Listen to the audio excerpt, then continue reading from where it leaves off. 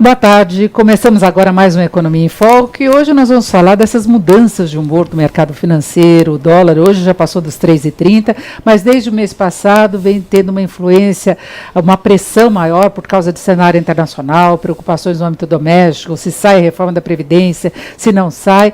E essas mudanças de humor do mercado podem ter repercussão no andamento da economia, fora mexer com o bolso da gente, de todos nós. E nós vamos falar sobre isso com Pedro Paulo Silveira, economista, que é da Nova Futura Investimentos. Pedro Paulo, boa tarde. Boa tarde, Denise. Aqui do meu lado, o economista Geiso Vieira, da Infinity Assets. Geiso, boa tarde. Boa tarde, Denise. E você pode participar mandando as suas perguntas pelo YouTube, pelo Facebook da Jovem Pan Online.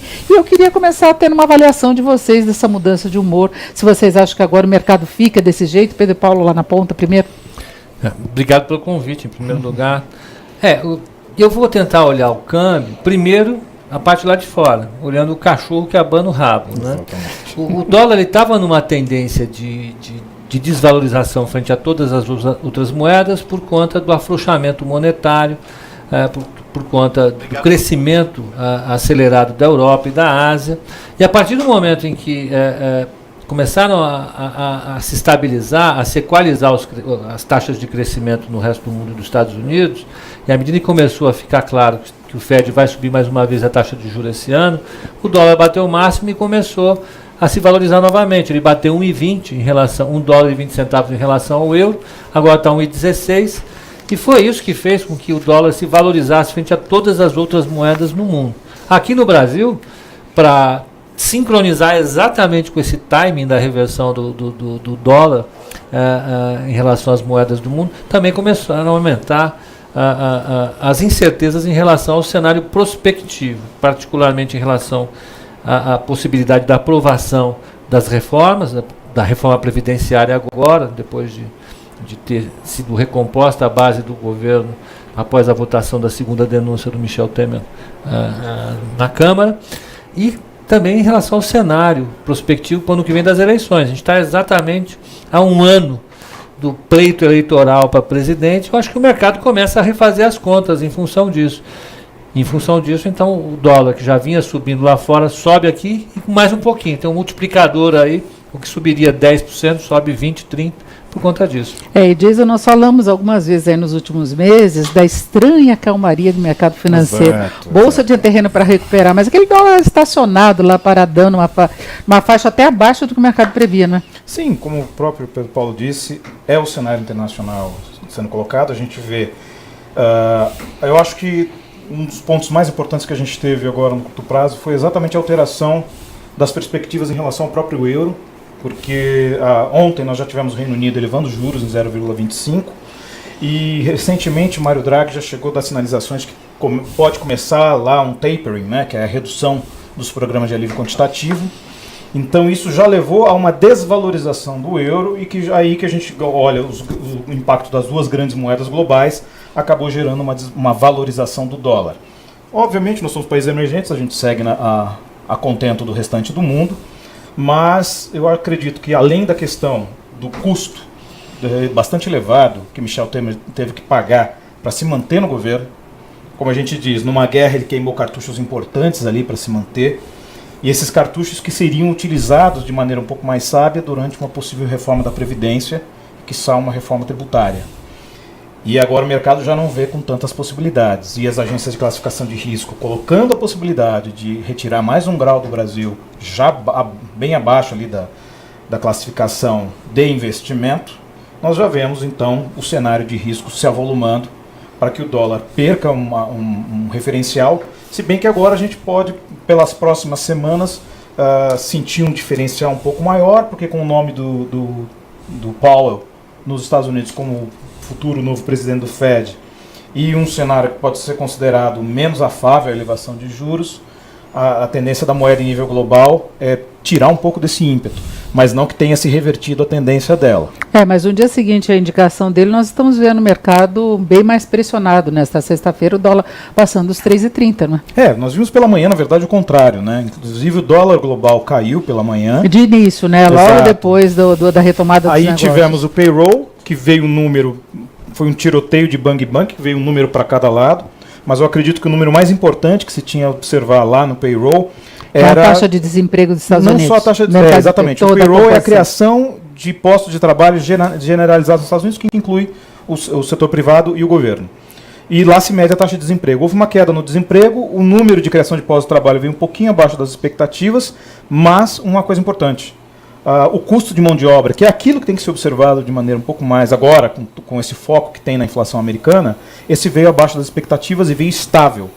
Isso colocando a armadilha de liquidez que os Estados Unidos está inserido agora, é crescimento econômico sem inflação. É um problema que eu juro que eu gostaria que nós estivéssemos passando aqui no Brasil agora. Agora, Pedro Paulo, o Jason falou desse risco de uma redução da nota de avaliação do Brasil. Eu acho que esse é o ponto que mais preocupa, até mais do que essa perspectiva de não se reorganizar a conta no curto prazo, é que isso vai ter um custo imediato. Não tenha dúvida. Dizer que não afeta é complicado. Afeta bastante. Essa classificação, por mais que ela seja sujeita a todo tipo de crítica por acadêmicos, por gente do mercado, ela pesa na hora do investidor estrangeiro tomar a sua decisão de investimento. Ela é a base fundamental para ele justificar para os seus investidores, um gestor justificar para os investidores, estou escolhendo um papel do Brasil e não da Indonésia, porque existem notas de rating que dizem A, B ou C em relação ao Brasil. Isso pesa. Estando as agências erradas ou não. Estando elas erradas ou não, elas acabam influenciando de maneira decisiva essas decisões de investimento. Mas eu não acho que isso vá produzir, evidentemente, uma arruaça importante no mercado. Tem coisas ao mesmo tempo acontecendo que eu considero muito importantes. A primeira, apesar de a gente estar com a inflação elevada, a inflação no Brasil só está elevada por conta do preço do petróleo. Sim. E por conta da energia elétrica. Neste mês, né? Desde outubro, né? Não se nós fosse isso, trabalhássemos com núcleos, né? Se você retirasse isso da inflação, a inflação estaria próximo de zero. Exatamente. Pela primeira vez em muito tempo. A taxa de juros Selic está próxima a 7%. Caminhando para um número, quem sabe, de 6,5% ano que vem. É possível que vá a 6,5%. É um número muito baixo. Tanto quanto a nota de rating tem uma influência importante sobre os fluxos de capitais que afetam a taxa de câmbio, é inegável que a taxa Selic, numa queda dessa, que veio de 14 para 7, tenha algum tipo de efeito sobre o nível da atividade. Já teve sobre a Bolsa. Isso coloca uma perspectiva muito positiva sobre a trajetória da relação dívida-PIB, em algum momento vai ter impacto, e sobre o nível da atividade, que também mexem com a trajetória da dívida PIB. Para mim, uma das coisas mais importantes. Se você conseguir colocar na cabeça dos agentes que essa taxa de juro mais baixa vai empurrar o PIB para cima, a arrecadação sobe, o PIB que fica embaixo da equação de relação dívida-PIB cresce, a relação de dívida-PIB sofre um achatamento. O custo de carregamento diminui também. É claro, a taxa de juro real pode cair, espero, porque a inflação caiu muito, apesar da taxa Selic cair. E no ano que vem ela vai ficar mais alta, né, a inflação. Então você vai ter uma margem menor de juro real. Exato. O que contrapõe o cenário de elevação do prêmio exigido pelo investidor estrangeiro. Porque o que a gente vê é, se o dólar sobe, se o investidor estrangeiro fica um pouco mais esperto, fica um pouco mais cauteloso em relação ao Brasil, o prêmio de risco sobe, o custo de captação no Brasil sobe. A gente vê isso na curva longa. É a taxa de mercado. Vamos traduzir para os nossos ouvintes e internautas. Né? Eu falei um blá blá blá. Exatamente. É a taxa que o Brasil tem que pagar para poder captar recursos lá fora. O Brasil colocando o governo brasileiro e principalmente as empresas brasileiras. As empresas emitem dívida lá fora o tempo todo, captam recursos para investir aqui no Brasil. Isso acaba tendo um aumento de custo. De qualquer maneira, eu acho que se você colocar os dois na balança, eu tenho a impressão, pelos números que a gente vê do PIB, os efeitos imediatos, o que está preponderando nesse momento é a redução da taxa de juros e os seus reflexos sobre a taxa de crescimento. A gente tem que ficar alerta em relação ao cenário internacional? Tem. Mas eu acho que, primeiro, a indicação do novo presidente do FED já estava nos preços, foi uma boa coisa para o mercado, é previsível. A economia global está numa trajetória extremamente favorável. É a primeira vez em muitos anos. Né? Foi a primeira vez em muitos anos que as perspectivas de crescimento adotadas pelo Fundo Monetário e pelo Banco Mundial são surpreendidas para cima e não para baixo. E generalizado. Isso é muito positivo. E as bolsas lá fora estão num cenário bastante positivo, com uma perspectiva de manutenção de taxa de juros baixa. Então, isso contamina positivamente o Brasil, que já tem a sua confusão. Não estou negando a nossa confusão interna, que são as eleições, o cenário indefinido para a eleição. Eu estou dizendo que depois de uma contração de 11 trimestres do PIB, encerrado segundo a GV, em dezembro do ano passado, a gente está num processo um pouco mais benigno aqui internamente, com uma novidade, eu particularmente nunca vi isso, eu já estou com 54, inflação dos preços ao consumidor próxima de zero se você tirar energia elétrica, gás de cozinha e combustíveis. Olha. E aí eu tenho algumas perguntas aqui dos ouvintes. Primeiro, o professor Alexandre Cabral está querendo saber, com esse déficit monstruoso que o país tem das contas públicas, como manter a Selic na faixa de 6,5%, como você disse que pode cair, Paulo. Professor Alexandre Cabral, boa tarde. Ele elogiou vocês dois antes. Eu acho que o fato é que essa questão está associada muito mais ao que eu já falei, a taxa de inflação, do que efetivamente a taxa nominal de juros. Nossa taxa de juros é extra elevada, a gente tem uma trajetória de déficit elevado, mas está associado também ao crescimento. Quando a gente faz o cálculo do déficit público, tirando os efeitos do ciclo, né, e se você colocar alguma taxa de crescimento além, essa trajetória de déficit, o déficit é total de receita menos o total de despesa.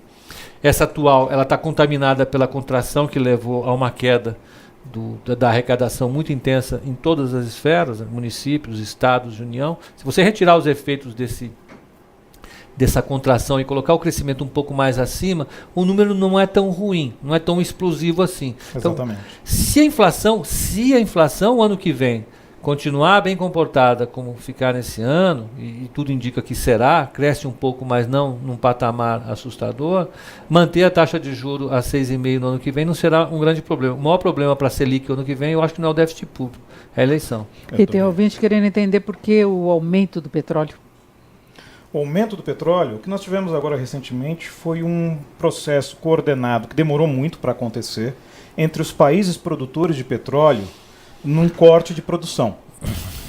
Esses países demoram. Por que foi coordenado isso? Por que eles tiveram agora um problema, inclusive, de compliance? Os países produtores, eles combinaram há mais ou menos uns 7, 8 meses que todos iam cortar a produção para tentar evitar que o preço continuasse a cair ou tentar elevar o preço. Só que em um certo momento eles falharam. Por quê? Porque tinha alguém roendo a corda. Tinha alguns produtores que não estavam cortando a produção ou estavam vendendo ali para outros países. Não, tudo bem, eu mantenho para você a quantidade. E demorou muito para que a OPEP conseguisse efetivamente que houvesse uma coordenação de modo a reduzir essa produção. E por que acontece isso? Porque a gente imaginando o petróleo a $150, como nós vimos meados de 2007, 2008, você tinha os árabes, os produtores em geral, trilhardários. Agora, com o petróleo a 50, eles só são multibilionários. Porque o custo de produção médio deles é em torno de 7 a 10 dólares. Então, imaginando que eles vendem a 50, 55 ou coisa parecida, bom, eu acho que eles têm vamos dizer, um ativo bastante lucrativo. E outra coisa que aconteceu também é que com a entrada do Trump nos Estados Unidos, houve uma disrupção em alguns momentos, a partir da metade do ano, da produção de óleo de xisto lá fora. Essa disrupção também ajudou a manter um preço mais alto do petróleo no mercado internacional. E pode ser que eles voltem a se utilizar de reservas, dessas reservas estratégicas de xisto, mas neste momento, como eles têm uma demanda por uma inflação um pouco mais alta, eles também seguraram a mão em gerar esse excesso de oferta de óleo de xisto, que é o competidor direto do petróleo no mundo, e disse que os Estados Unidos, em teoria, têm reservas de óleo de xisto superiores a todas as reservas mundiais de petróleo, então eles poderiam inundar de novo esse mercado, mas que nesse momento específico eles têm uma demanda, mesmo que seja extra-núcleo, eles precisam fazer uma inflaçãozinha. E esse movimento de alta do petróleo lá fora coincidiu com a política nova da Petrobras aqui no mercado doméstico de repasse imediato de oscilação lá fora, repasse do dólar também. Exatamente, como acontece lá fora. Lá fora a gente às vezes, quem foi para os Estados Unidos, vê que a gasolina vai mudando direto na bomba, lá na sinalização e conforme a variação do preço do petróleo. É difícil só a gente imaginar como é que isso está sendo transferido diretamente para o consumidor final. porque, como a gente sabe aqui no Brasil, muitas vezes a operação do poço de petróleo é quando cai, segura, e quando sobe, transpassa imediatamente. Então, mas, obviamente, são dois fatores que a gente consegue observar de maneira relativamente fácil. Quando você vai a um supermercado hoje, há sim a sensação de que os preços estão mais baixos, ou pelo menos estão mais estáveis do que estavam antigamente, principalmente o preço de alimentos frescos. E, ao mesmo tempo, tem-se a clara sensação de que o gás de cozinha, a energia elétrica e o combustível estão, sim, mais caros. Olha, tem um ouvinte aqui discordando de você, o João Vasconcelos de Oliveira, e diz que vai no supermercado e nota que está pagando mais do que pagou anteriormente, e mais o setor imobiliário está parado, tem aumento de gás, de energia, gasolina, que reflete nos índices, então ele acha que a inflação é manipulada. Não vou nem entrar nessa seara.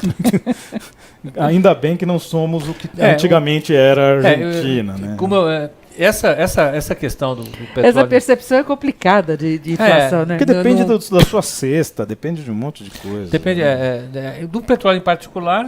Nós estamos com o petróleo, ele subiu de $45 para $55 no momento em que a Petrobras mudou o regime de formação de preço. Inclusive o gás subiu muito, não é por causa disso? Total. Na quarta-feira o GLP subiu 6,5%. Né?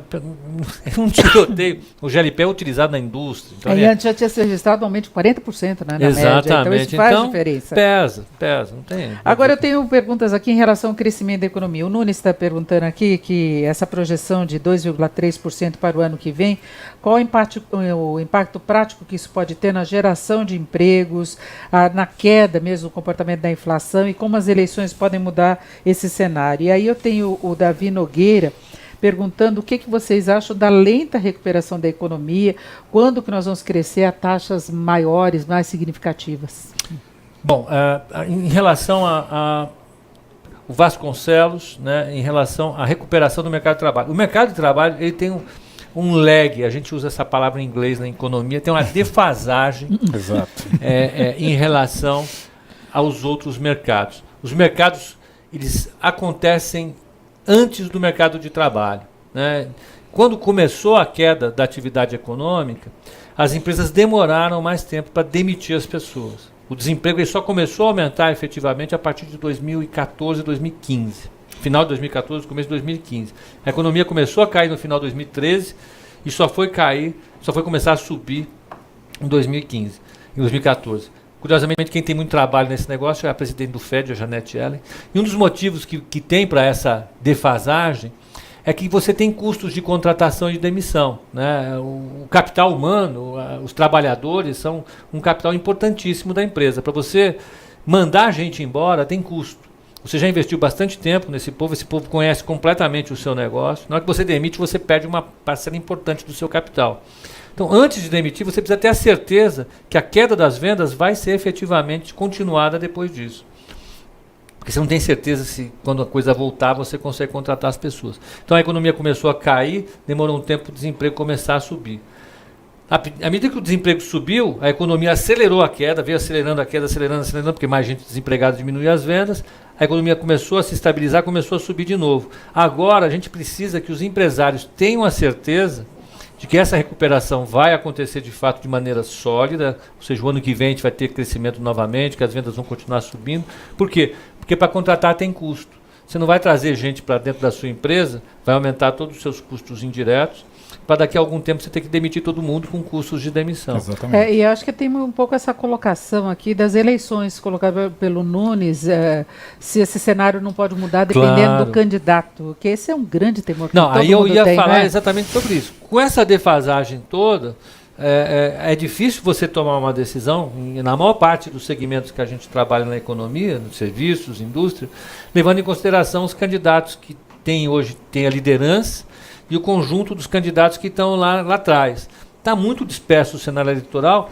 e as opções de política econômica derivadas de cada um dos candidatos que estão aí ainda são muito nebulosas. Algumas não são tão nebulosas e já são claras, mas não são desejadas pelo mercado, e as outras ainda não são claras. Então o cenário está muito difícil. Isso pode gerar instabilidade no ano que vem e o empresário necessariamente fica mais cauteloso para contratar. Então a recuperação do mercado de trabalho, que já tende a ter o tal do lag, uma defasagem de tempo, vai ser ainda mais lenta, na minha opinião. A gente já está vendo aí, você vê a quantidade de empregos que foram criados esse ano. Sim.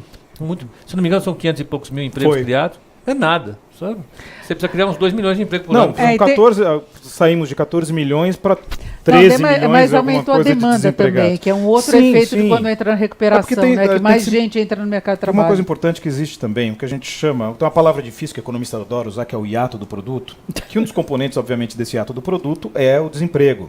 E a redução desse hiato passa necessariamente pela redução da capacidade ociosa da indústria. Então, essa redução de capacidade ociosa, ela demanda necessariamente a melhora da confiança do investidor. E quando a gente fala confiança do investidor, nós não estamos falando do mercado financeiro, do investidor, o empresário. E a confiança do consumidor. O consumidor, ele precisa começar a ter a confiança em que ele vai poder consumir alguma coisa e não vai perder o emprego no futuro e não vai conseguir mais pagar aquilo. Exato. Principalmente quando você chega no ponto de produtos de maior valor agregado, como por exemplo imóveis, que esse setor que o pessoal reclamou aí vai ser um dos últimos a se recuperar, infelizmente. Porque precisa ter segurança para você comprar exatamente, imóvel, você tem uma eleição capital, no próximo ano. Você vai tem que ter financiamento também. Exatamente, os bancos estão super fechados. Principalmente agora com essa taxa de juros, e a só Caixa que ao tá mesmo com falta tempo de dinheiro para aumentou de 25% para 50% a entrada. É difícil. Exato, é difícil. Como é que quem vai? Imagina uma pessoa com um nível de renda média conseguir R$150 mil para comprar um imóvel modesto, dar entrada num imóvel modesto, acaba ficando mais fácil arrumar os 300. Né? Agora, em relação ao mercado de trabalho, a gente tem várias perguntas aqui colocando a questão da informalidade, que foi o que sustentou muito dessa recuperação. Se isso não é perigoso.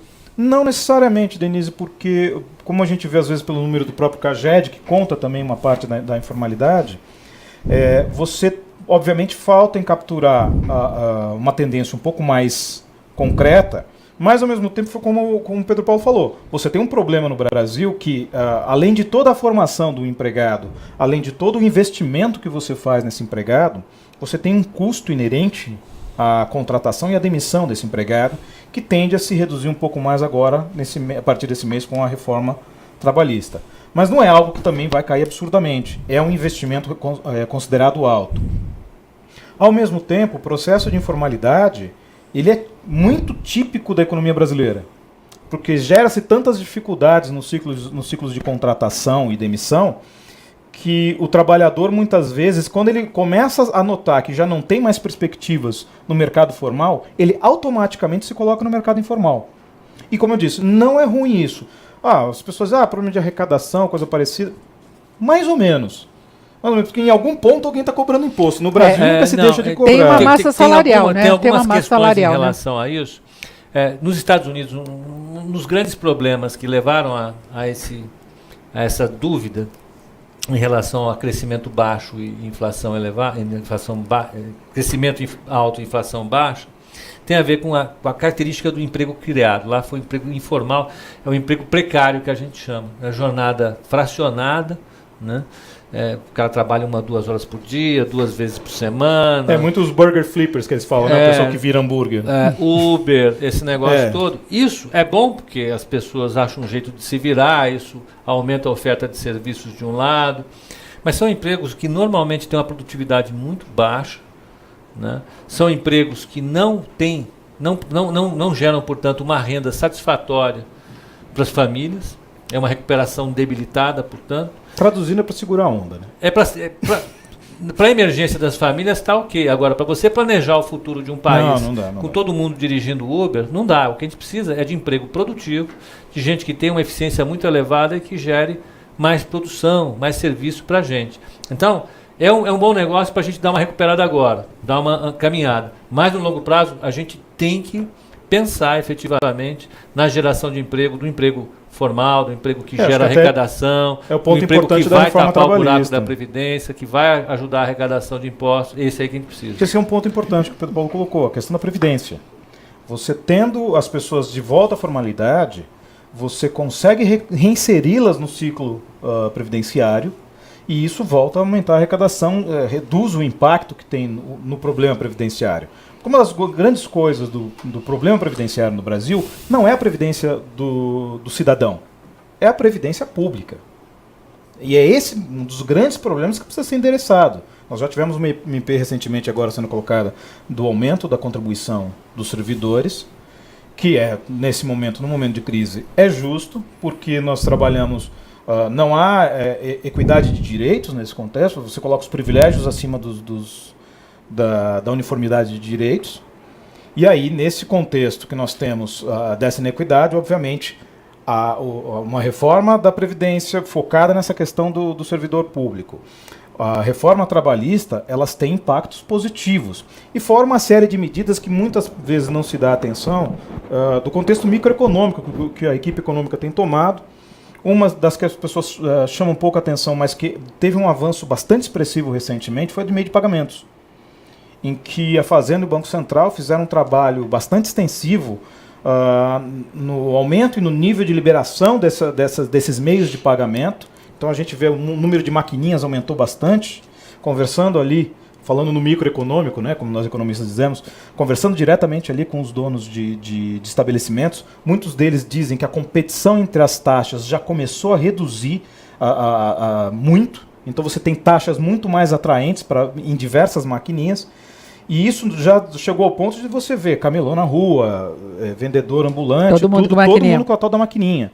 E é um fator importante que tudo isso vai chegar naquele futuro em que a normalização da taxa de juros no Brasil vai conseguir, em algum momento, permanecer abaixo da taxa nominal de 2 dígitos. Ou seja, o que está se fazendo é se montando a cama para que no futuro o Brasil se acostume a viver com taxas abaixo de 10%. Que é um desafio que a gente nunca conseguiu ultrapassar, né? Não, junto com a inflação que nós estamos tendo agora, praticamente zero se descontar a energia, nós estamos num cenário inédito no Brasil.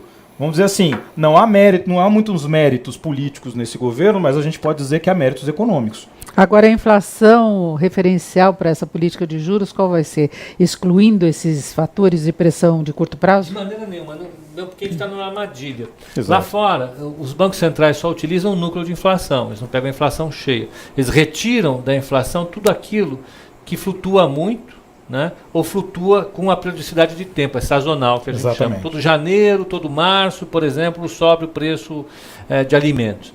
Então, nos Estados Unidos, para fazer a política monetária, o Fed, o Federal Reserve, o Banco Central de lá, retira os preços de energia e alimentos. Porque ela tem inverno rigoroso, tem o verão, né, e durante o inverno e durante o verão, a oferta e a demanda de energia, que tem aí combustível para aquecimento residencial, tem tudo isso daí, né? Sobe muito a demanda, a oferta não acompanha tudo isso, os alimentos têm uma mudança na estrutura de oferta, então o Fed, para não modificar muito a estrutura da taxa de juros, retira isso. O problema é que eles têm uma renda de $50 mil lá. O peso dos alimentos e da energia no orçamento das famílias é baixo. Aqui, isso pesa 40%. Se a gente tirar, não sobra nada praticamente. Exatamente. Então não tem, você está amarrado nesse troço. Se de um lado você libera a Petrobras para fazer essa política aqui, deixa a gente de cabelo branco. Eu, como consumidor, vou falar, não gosto disso daí, de acordar de manhã pensando, vai subir 3% o preço da gasolina. Não é pouco, não é? Você está louco. Não, é muito. Pouco. Tem gente que pensa lida com na isso. taxa de juro real Isso agora. só acontece no Brasil por um motivo. A Petrobras, ela é monopolista. Exato. Ela é monopolista. E tem uma nós estamos igual ao exterior. Não estamos igual. Não. Desculpe, não estamos. Tem uma política política parecida, mas o players resultado... gigantescos competindo entre si. Tem uma concorrência enorme lá. Aqui só tem um definindo. Aqui nós estamos fazendo igual ao resto do mundo. Obrigado. Eu não quero. Vamos fazer igual ao resto do mundo. Eu quero mais estabilidade de preço. Vamos fazer igual ao resto do mundo numa coisa que é importante. Competição. Abre o mercado. Então, abre o mercado. Não dá para abrir porque tem um cara. Então, faça a coisa um pouco mais planejada. De qualquer maneira, isso é importante. Energia elétrica, a gente tem um problema sério que se repassou completamente ao consumidor. A incerteza do tempo, quem toma o risco todo somos É a matriz nós. energética do Brasil, né, que não suporta quando Mais você uma está com o vez, reservatório é um baixo. mercado que não é concorrencial. Como é que eu vou fazer planejamento como consumidor se vai chover, se não vai chover? O empresário tem que tomar risco também. Eu, como empresário, se fosse, eu tomaria risco o dia inteiro. O cara que está aqui embaixo vendendo alimentos, ele está correndo o risco o tempo todo. A estrutura de risco empresarial também tem que ser compartilhada. E para ele é um risco essa energia muito mais cara, porque pesa no orçamento. Mas é Sim. A pessoa tem iluminação, tem refrigeração, tem Você tem que ar-condicionado. pensar o seguinte, Denise, não é só a energia elétrica. Quando a gente fala do combustível, mesmo o alimento, você tem o transporte, você tem o frete. Você tudo tem a isso siderurgia. impactando, siderurgia. Siderurgia, olha o preço da siderurgia. Então, não dá para você aumentar rapidamente. Não vou fazer uma discussão microeconômica aqui. O que interessa é o seguinte: não dá para a gente reproduzir a estrutura de tomada de decisão lá de fora baseada em índices de núcleo de inflação aqui, porque a inflação aqui ela ainda tem um componente Frankenstein. A estrutura de oferta e de demanda no Brasil, ela é uma estrutura que ainda não sofreu uma grande reforma. Eu me preocuparia muito mais com essa reforma. Tinha que parar de indexar preços, tinha que tornar mercados mais competitivos, ficar olhando isso daí. A economia de mercado ela depende de competição, aqui nós temos uma competição muito baixa, então a gente precisaria olhar isso daí, basicamente. Eu só queria, para a gente finalizar, voltar à questão de mercado financeiro. Perfeito. Se essas mudanças de humor do mercado podem ter uma interferência maior no cenário econômico no ano que vem, e eu gostaria até de lembrar que o mercado financeiro, por exemplo, gosta de alguém com o perfil de Henrique Meirelles. Só Exato. que hoje eu já ouvi uma das justificativas para a alta do dólar nesta sexta-feira, teria sido a possibilidade de Henrique Meirelles ter de sair do cargo antes para poder se candidatar no ano que vem, aí ele largaria o Ministério da Fazenda. Então o mercado tem esse tipo de movimento, de avaliação, que gera um efeito manada. Lembrando que o mercado financeiro são os analistas de mercado, de consultorias, o mercado abriu um pouco o leque, né? Sim. A gente inclui também as empresas, as grandes empresas que cobram as reformas, e aí se as coisas não acontecem como espera, elas acabam adiando investimentos. Então tem essa interferência. De um lado, câmbio, dólar, pressão inflacionária, de outro é falta de investimento, falta de contratação. Esse cenário meio que especulativo pode afetar a economia? Pode, e é importante. Eu vou perder 20 segundos para definir por onde. Por onde que o mercado atrapalha a economia ou ajuda a economia. Eu estou no mercado há bastante tempo e sempre eu ouvi que o negócio é cassino, é especulação, não funciona. É tudo isso. De fato, não tenho dúvida nenhuma, o mercado é bipolar, é maluco, etc. e tal. O problema é que o mercado acaba definindo, de uma maneira ou de outra, a estrutura de oferta de crédito para a economia, Exato. a oferta de poupança para a economia. Então ele financia ou deixa de financiar o crescimento econômico do país, né? Então ele afeta à medida em que ele mexe nas variáveis reais da economia. Ele afeta o crescimento, as vendas das empresas, então pode ser que ele afete. Dentro de um ciclo de oscilação ali, Petro subiu, agora caiu, isso aí, o dólar subiu, o dólar caiu, essa loucura toda que nós no mercado temos, acho que o empresário não precisa se preocupar, o chefe de família não precisa se preocupar, dentro de um limite. Se a gente chegar naquele limite em que o dólar vai lá para cima, R$4, que o dólar vai lá para baixo, 2,50, que a bolsa saia dos 76 mil pontos para 48 mil pontos, isso afete a capacidade das empresas de tomarem poupança para fazer o seu investimento, isso afeta a economia real, afeta o nível de emprego, afeta a renda da família, as decisões empresariais. Então, afeta sim.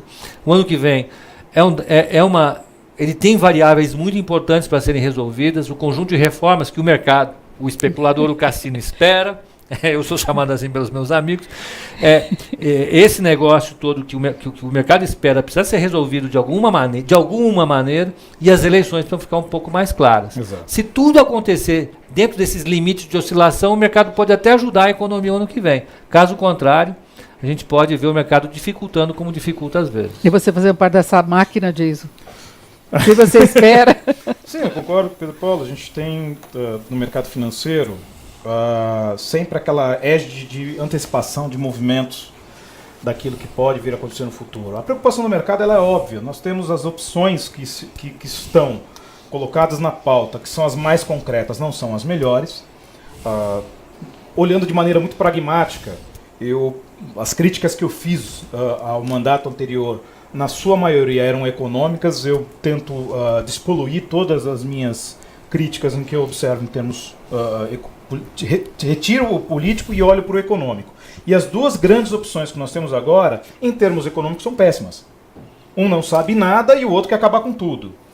Então, enquanto nós tivermos uma certeza um pouco maior em relação a isso, a preocupação vai continuar. Em relação ao restante, nós temos um dos cenários mais nebulosos de eleições dos últimos anos, porque nós não sabemos nem sequer se esses candidatos que são colocados como majoritários agora, se eles vão conseguir avançar para a própria eleição. É muito capaz que nenhum dos dois vá. É muito capaz que a maioria dos players que estão sendo cotados não vão para a próxima eleição, dado o nível de incerteza. E, ao mesmo tempo, se tem a necessidade da classe política de apresentar alguma coisa em termos de crescimento econômico, inclusive da própria oposição, porque eles dependem de um cenário melhor, porque boa parte de toda a crise econômica que nós estamos sofrendo agora está sendo relegada à classe política. A classe política está sendo, com razão, culpada pela crise econômica. Nós temos todos os parâmetros internacionais, mas se resumir, o problema é a classe política. Então, colocando isso em pauta, poderia se imaginar que a classe política agora iria tentar se reunir para aprovar parte das reformas, afastando-se o quanto mais da eleição, para que o brasileiro que tem memória curta esqueça das reformas até lá na frente, e tentar angariar o bônus do resultado macroeconômico disso. Mas estamos no Brasil, a nossa famosa, como diz o futebol, caixinha de surpresas aqui, ela é bastante repleta. Nós conversamos com o Jason Vieira, que é economista da Infinity Asset, o Pedro Paulo Silveira, que é da Nova Futura Investimentos. Eu agradeço muito a vocês dois pela participação, pelo nosso debate. Agradecemos também. E eu agradeço a você que esteve com a gente até agora. E se quiser conferir depois a íntegra do Economia em Foco, basta acessar o site da Jovem Pan ou então o Facebook da Jovem Pan Online. Uma boa tarde.